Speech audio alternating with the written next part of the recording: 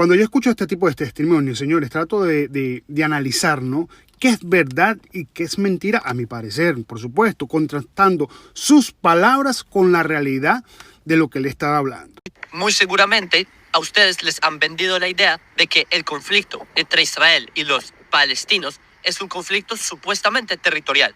Pero en verdad este no es un conflicto territorial. En esencia este es un conflicto de un índole distinto. Y les voy a explicar muy sencillo. Antes del 2005, Israel controlábamos la Franja de Gaza. No solo eso, que durante todo ese tiempo, los palestinos o los árabes que vivían en la Franja de Gaza, ellos pedían que Israel nos retiráramos a lo que se conocen como las líneas de 1967.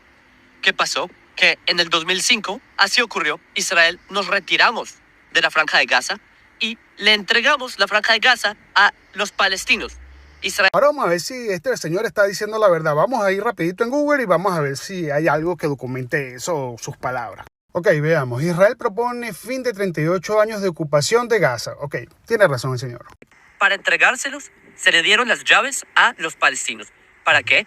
En esa época, en el 2005, se creía que los palestinos por fin, ya que se cumplió lo que ellos tanto pedían, que Israel se retirara a las líneas de 1967, que son las guerras de los 6 días, que si nos retirábamos del territorio, ellos iban a crear un país, el Singapur de Medio Oriente, un Mónaco, un país que iba a tener éxito en Medio Oriente. ¿Y por qué? Porque Gaza era una zona en donde había una economía muy buena que alimentaba a Israel, exportaban afuera de Israel.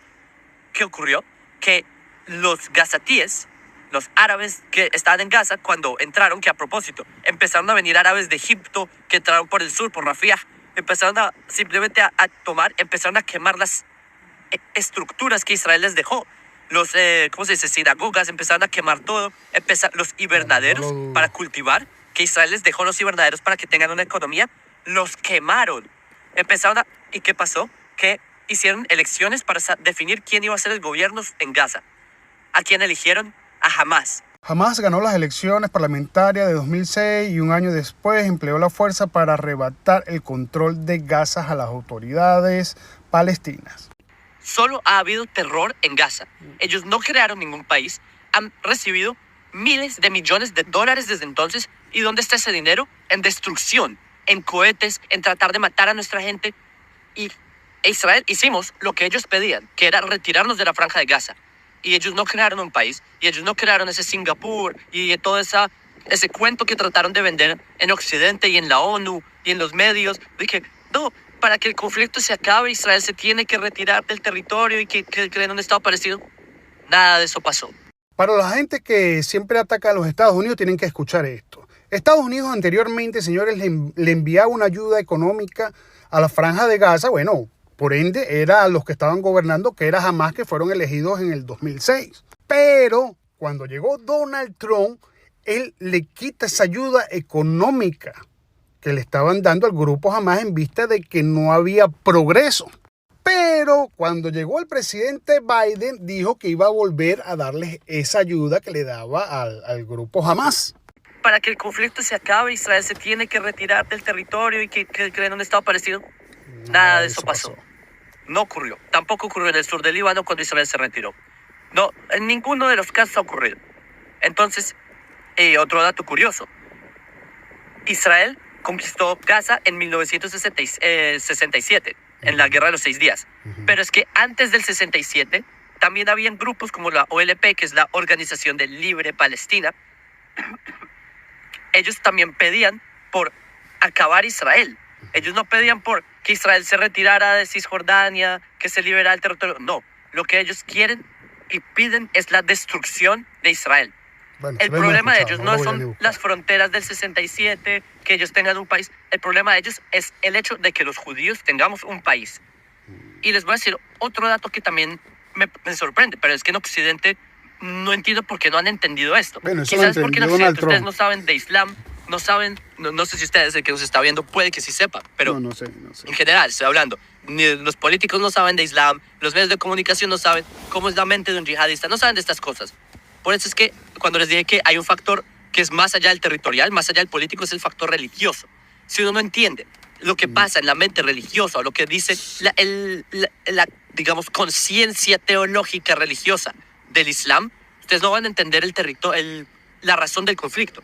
Porque este no es un conflicto por territorio, nuevamente. Este es un conflicto porque los judíos, nuevamente, tenemos un estatus. Les voy a dar brevemente una explicación de teología islámica. Los que no son musulmanes, judíos, cristianos, etc., y viven bajo el Islam, viven en países del Islam, nosotros estamos en una categoría llamada dhimmi. Dhimmi es como ciudadanos de segunda clase. Para el Islam, los judíos, y durante la historia que los judíos estuvimos en países del Islam, fuimos ciudadanos de segunda clase, dhimmi en árabe.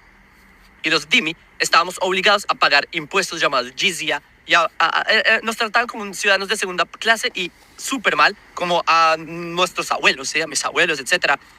Cuando dicen que no, los judíos vivían en paz con los árabes. Falso, los judíos vivían subordinados bajo el Islam, tenían que pagar la jizya, los humillaban, tenían que no lo caminar dudo. Sí, donde, no lo dudo, donde pasan los acueductos de las deposiciones humanas, cosas, humillaciones totales.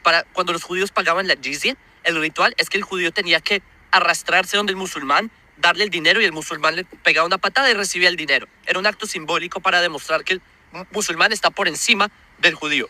Entonces, ese es un punto. No lo pongo en duda. Ahora que ustedes entienden que el problema de ellos es el hecho de que los judíos ya no somos dhimmi. Nosotros ya no somos ese ciudadano de segunda clase, sino que al revés. Los judíos nos liberamos de ser dhimmi. Liberamos nuestra tierra. Esto es nuestro. Esta es la tierra de los judíos. Esta no es la tierra de los árabes, son de la península arábiga, ¿sí? Ellos son los que vinieron a colonizar nuestra tierra, y los judíos, por fin, después de 2000 años, la descolonizamos. ¿Qué pasa? Que a pesar de que es nuestra tierra, los judíos fuimos tan ingenuos de ofrecerle paz a una religión que quiere nuestra destrucción. Por favor, busquen ustedes en internet. Carta Fundacional de Hamás. Es el documento corazón de Hamás. Carta Fundacional de Hamás. Búsquenlo. Y lean lo que dice que los judíos somos los culpables de todas las guerras, que hay que acabar con los judíos del mundo. Literalmente dice que primero hay que empezar con acabar a los judíos de Israel y luego con los judíos del mundo. Bueno, señores, eso sí lo hemos escuchado todos, señores. Es lo que dice la ideología, no solo de Hamás, de todos estos grupos. Y no solamente a los judíos, con Estados Unidos. Al-Qaeda, Boko Haram, Al-Shabaab, Nusra, todos estos grupos dicen eso. Entonces, cuando dicen, no, es que los palestinos solo quieren un país. Hamás no pide un país. En ningún lugar ustedes vean en los Así que, señores, no se dejen engañar. La carta fundacional, en ningún lado dicen que ellos quieren un país. Lo que dice es que ellos quieren expulsar a los judíos de esta tierra.